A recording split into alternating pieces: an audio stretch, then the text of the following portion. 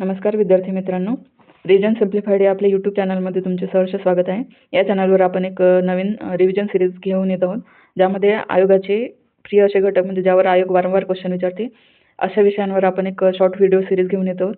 तर आजचा टॉपिक आहे गोपाळ हरी देशमुख. बघूया आजचा टॉपिक. गोपाळ हरी देशमुख आपण यांना लोकहितवादी या नावाने ओळखतो. त्यांचा जन्म झाला आहे 18 फेब्रुवारी 1823. जन्मगाव आहे पावस.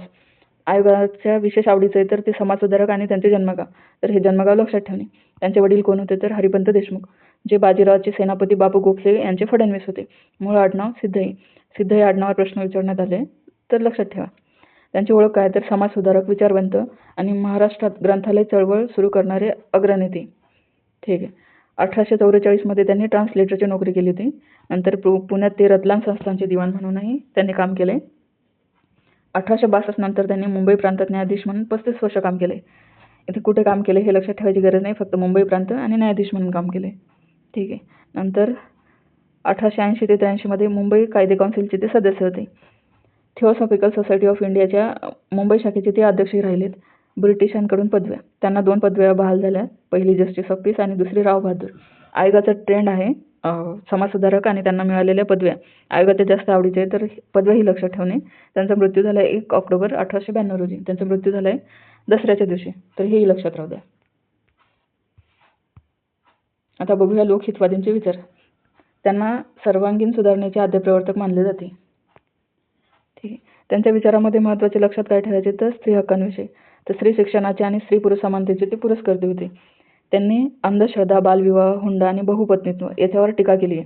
त्यांचा एक लेख आहे बालविवाहापेक्षा सतीबरी. हा इम्पॉर्टंट आहे, याचा प्रश्न आला आहे तर लक्षात ठेवा. नंतर सामाजिक सुधारणा, त्यांनी जातीव्यवस्थेवर कडाडून टीका केली आहे. नंतर मद्यपानाचा निषेध.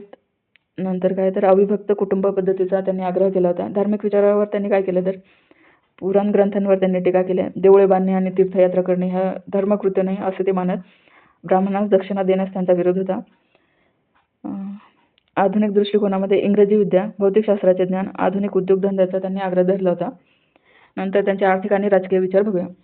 तर हिंदुस्थानची लक्ष्मी दर्यापार जाऊ लागली यावर प्रश्न विचारण्यात आलेले. हा लेख लक्षात ठेवा. नंतर बाकी काही इम्पॉर्टंट नाही या स्लाईडमध्ये, बस एवढं लक्षात ठेवणे. आता त्यांची ग्रंथसंपदा बघूया. ग्रंथसंपदेमध्ये 2-3 महत्त्वाचे ग्रंथ आहेत, ते लक्षातच ठेवणे. त्यातलं पहिलं आहे लक्ष्मीज्ञान, दुसरं ग्रामरचना आणि तिसरं हिंदुस्थानात दारिद्र्य येण्याची कारणे. हे सोडून भाऊ महाजन यांच्या प्रभाकर पत्रातून त्यांनी शतपत्रे लिहिली होती.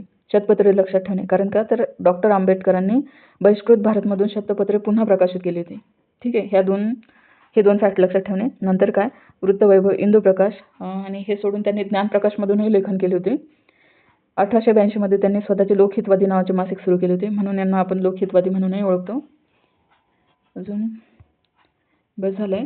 आणि हे सोडून आणखी 2-3 गोष्टी लक्षात ठेवा. पहिलं म्हणजे काय तर त्यांनी भारतीय वाचनालय चळवळीचे जनक आहे. भारतीय जे आर्य समाजाचे जे संस्थापक आहेत स्वामी दयानंद सरस्वती यांचे ते शिष्य आहेत. त्यांनी पुन्हा स्वतःच्याच घरी कुष्ठरोग्यांसाठी एक डिस्पेन्सरी सुरू केली होती. ते सोडून आणखी भारताला स्वतःची संसद असावी अशी मागणी करणारे हे पहिले भारतीय आहेत. पण लोकहितवादींबद्दल सगळी माहिती. लेक्चर तुम्हाला कसं वाटलं हे कमेंटमध्ये कळवा. आवडल्यास लाईक आणि सबस्क्राईब करा. थँक्यू.